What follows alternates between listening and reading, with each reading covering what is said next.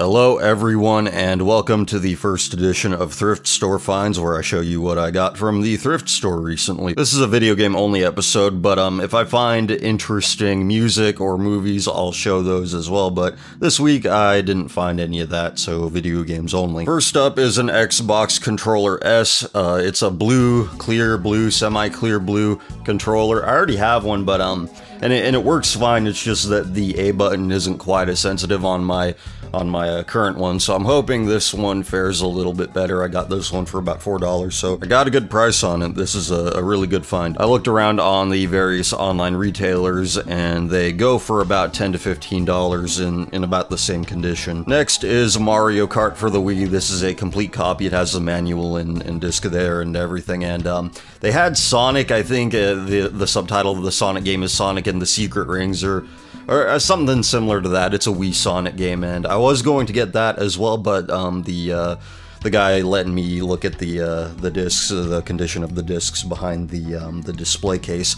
I opened up the Sonic case, and the disc was not in there, so that was a little bit disappointing because somebody recently asked me to review a Sonic game, and if that disc was in the case, it was going to be that game. That was the game that I was going to make a video out of, but it was not meant to be. But going back to Mario Kart, I've played Super Mario Kart Double Dash, and so I'm familiar with them, but I have not played Mario Kart Wii. Next is SSX Tricky, one of two EA big games. I always liked the EA big games, and I don't know when they discontinued that brand, that marketing line, whatever you want to call it, but I remember enjoying all the games that I played within it, and SSX Tricky is no exception. I had it for the Xbox back in the day, and one of my favorite snowboarding games, one of my favorite extreme sports games. It's a lot of fun. And this happens to me more often than not, where I play the sequel and then the other sequel, but I have not played the original.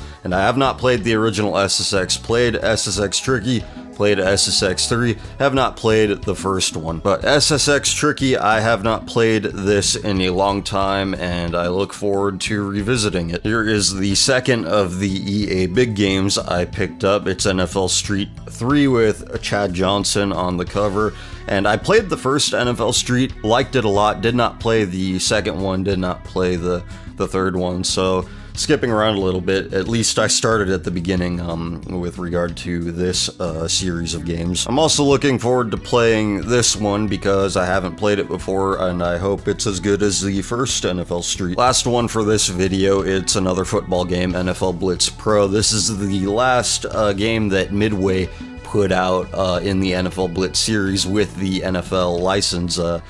2 years after this was released, Electronic Arts would eventually get the exclusive National Football League license, which they hold to this day. And I got this at a time where I'm actually playing a lot of Blitz the League on PlayStation 2, which was the first game that Midway put out of the Blitz games without the NFL license, and that's a lot of fun, but its sequel is a lot better, and I look forward to reviewing that. It's probably my second favorite football game, Blitz the League 2.